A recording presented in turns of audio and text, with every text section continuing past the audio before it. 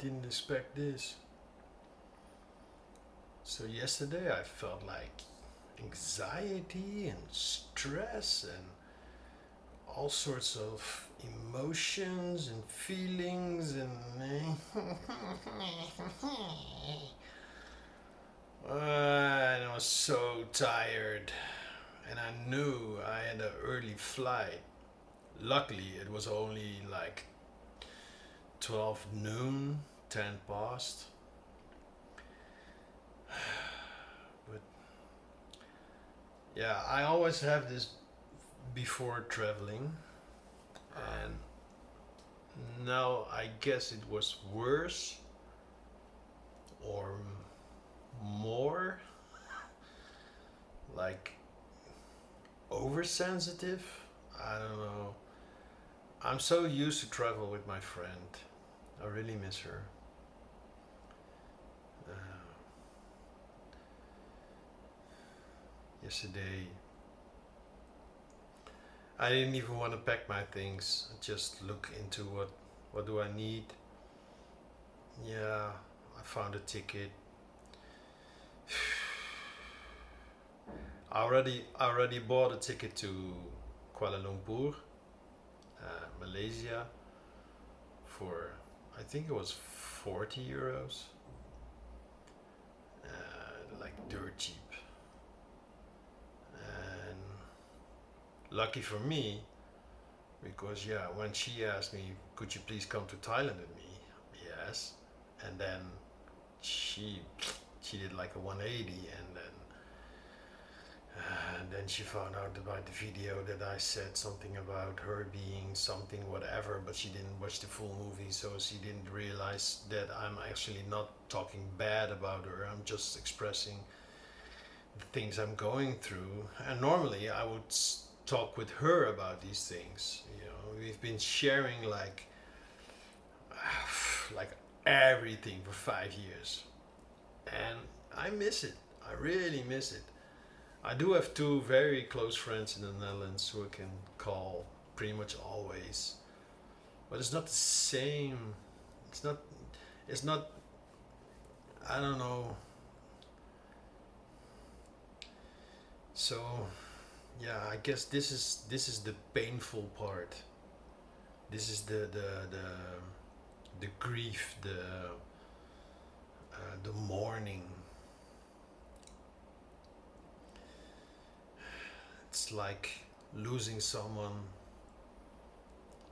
Normally, people die and then it makes sense. But now she's still there. It doesn't make sense. So uh, I, I just looked into what I'm gonna take with me. Okay, because I found a return ticket. I first of all I found out that ChatGPT is full of shit because I asked it how much are tickets. Look into it, and I did like a full research. I let it like do a full research, and it came up with like that. Yeah, the cheapest ticket is like 60 euros, or blah blah blah blah blah. No, it's not. Yeah, if you book it like 2 months in advance. So because of the change of plans, because of the 180, I have not even been able to cancel the flight to Thailand. Normally, maybe I can do this tomorrow because no, I cannot because I think you need to cancel so many hours. Otherwise, it's like a no-show. But they won't. It's Air Asia, so they won't definitely not give me confirmation of a no-show. So I cannot go through insurance. But I will try anyway. Uh, yeah, I have a good insurance company. But yeah, so I didn't want to stay in Malaysia for too long because I don't know this country. And now that I'm here, yeah, I will tell you later. uh, but the thing about the missing,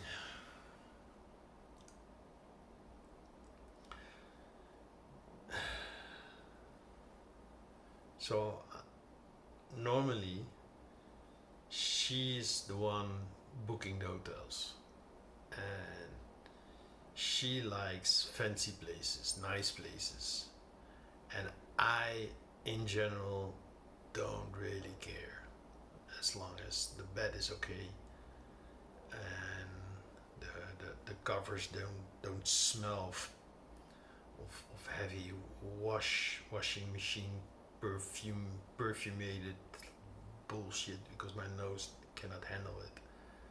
You know, high sensitive. Uh, so last night, because I've been so tired ever since this last explosion of her, the last, she basically told me, I'm not gonna go into that. No. I can see that she's going through a lot of pain, and my close friend from the Netherlands said, I don't want to be in her shoes. I don't want to stand in her shoes because it feels very lonely, and I'm pretty sure it does. I mean,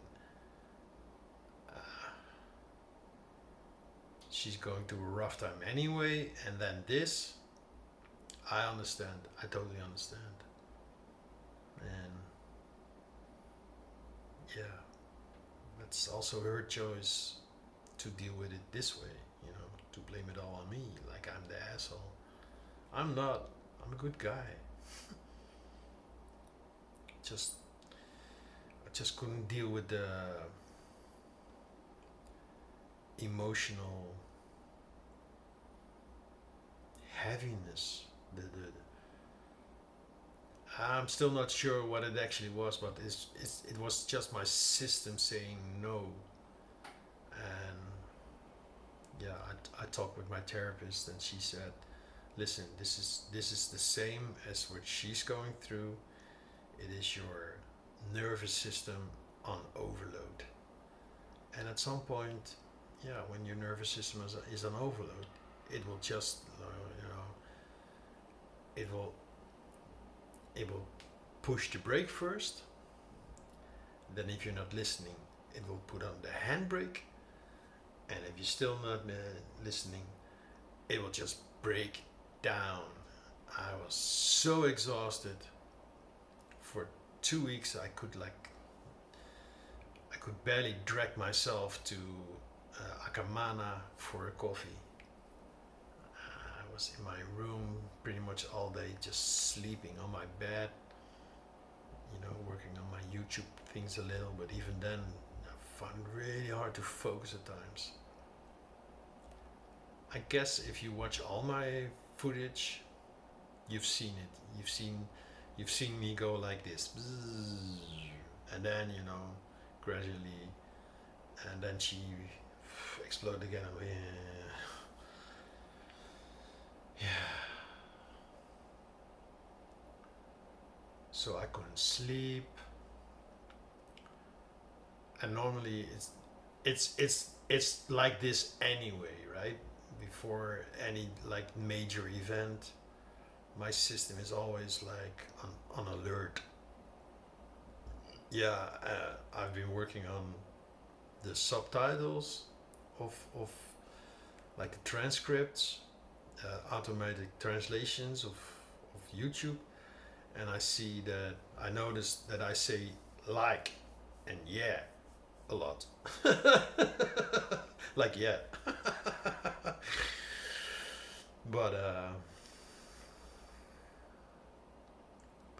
yeah, I'm tired, so of course I'm gonna go like all over the place. You don't mind, I know.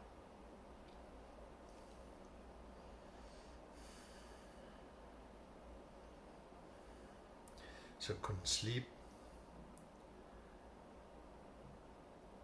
Actually, I was so tired at around 8 that I thought, okay, why not go to bed early and then get up early so you can go to the airport. relaxed, like no stress, no hurry. But yeah, I already knew like, okay, yeah, there's a like. I already knew that 12 noon the flight. It's a Sunday, so usually it takes 2 hours at most from the place where I stay to the airport. So I at least need to leave at 9. I usually get up around 8. So yeah, plenty of time for a coffee and then leave. And that's what happened. But I woke up at around, I think it was 6. I couldn't sleep anymore. And the day before, so like yesterday, at around 8, I didn't want to go to sleep. I was my nervous system was like on high alert or something. I talked with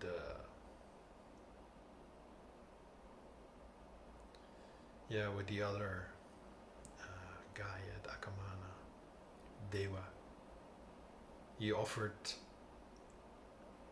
a goodbye dinner. I told him, listen, I'll be back 2 days, or even the same day. At that point, I was still under the assumption that I was gonna find a ticket back on the same day. It's possible.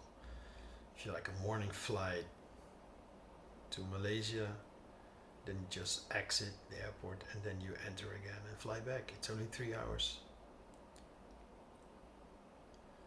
But it was like 300 euros for the ticket. And that's just what they show you up front. And then by the time that you get the full bill, it's around 350. The ticket I found now started at 130, and in the end I paid 200 because I wanted a good seat.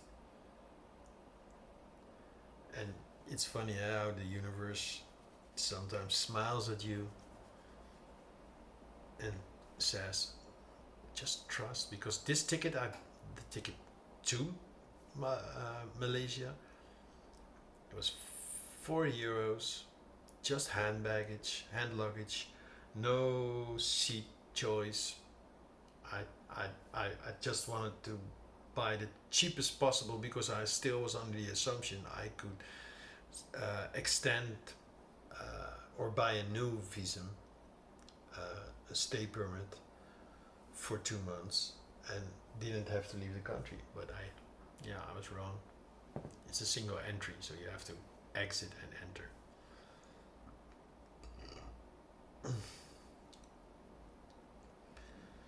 And just to continue, so this morning, I want to talk all of it at the same time, time. So this morning, I think it was around 7:30. I was like, okay, go. I didn't even take a shower. I didn't even wash. I couldn't care. Put on a shirt, put on a short, put some clothes in my bag, packed my computer and all equipment that I needed, filled my bottle with coconut water, nice and cool with some ice cubes. I walked over to Akamana, ordered the coffee, drank my coffee, looked online, realized, oh, oh no, I didn't take out my computer. I took out my phone, and it just, I sit staring at my phone for 20 minutes, smoking a cigarette, drinking a coffee, and at some point, just order Grab. It's like an Uber taxi, cheap. Order Grab, and it was bloody expensive, like double the price normal I normally pay, and normally we split the bill. So okay, he arrived. Was really weird. He was like 200 meters away, and he said, and the Grab ad said, arrived. No, he's not. I guess he's just living next door, and he was waiting there or something. I don't know. So it was okay. He was a nice guy, and because I was not awake yet, I forgot. Oh, I ordered bread, like sourdough brown. It's really good bread. I wanted to take it, so I had something to eat while here, and I don't have to go anywhere. I told him, shit, I forgot the bread, and we were all already past Ubud Center, so I remember just like a Holland bakery. So I told him, and he said, I don't know here. I know, like halfway. Okay, take me there. And then when we arrived at the bakery, it was not a bakery. It was a pastry. Only sweet shit. These Asians, they love sweet shit.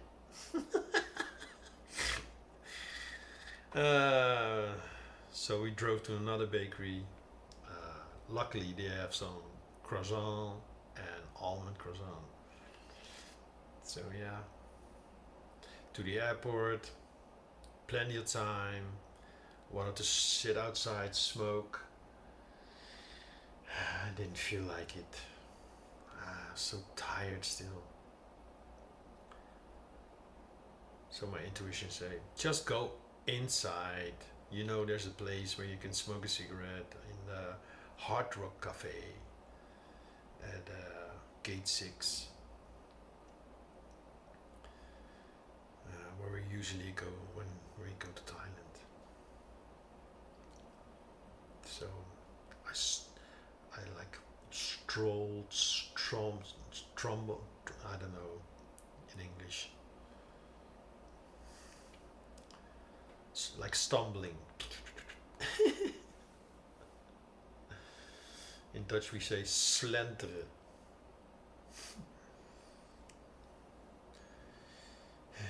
Dragging yourself along. It's a nice translation. So I dragged myself along to Gate 6, ordered the coffee, rolled a cigarette, opened my computer, published the video I already prepared.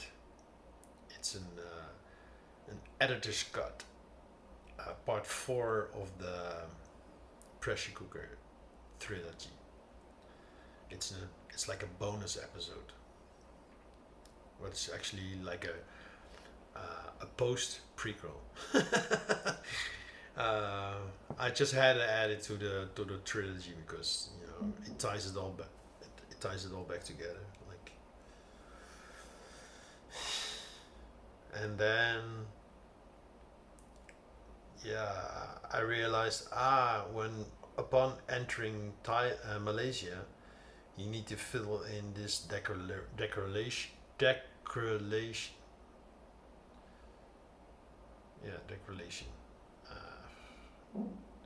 Clarified declaration, yes.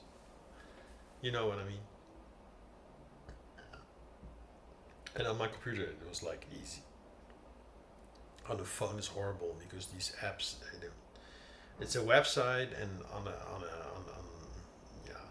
the phone is man, was I glad I did this because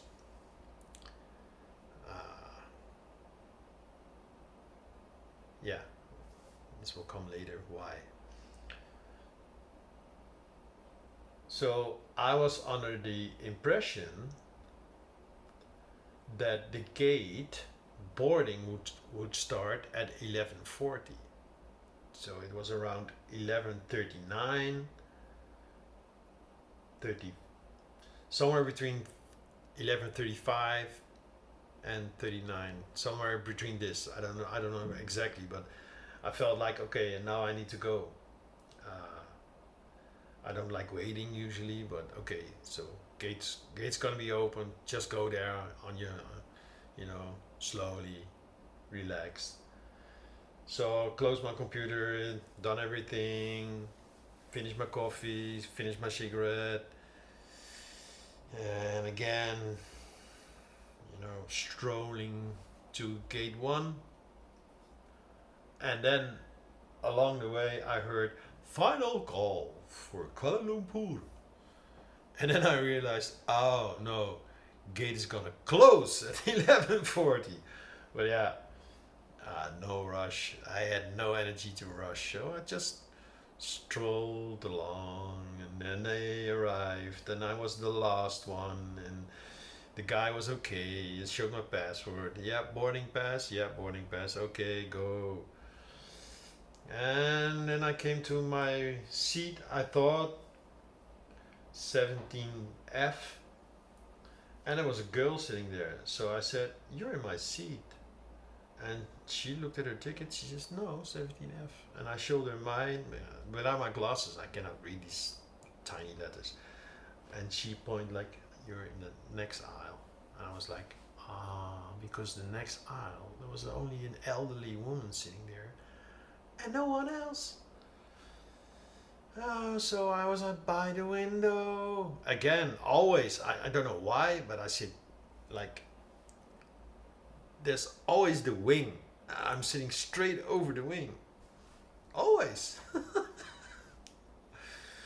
I guess it's a good spot. I don't know why, but I guess it's a good spot for some reason. And no one in between. And the elderly lady, she was pretty much almost already sleeping. She told me she's from America, but she had like a huge accent, California. I don't know where she was from. She's definitely not born in the US. Uh,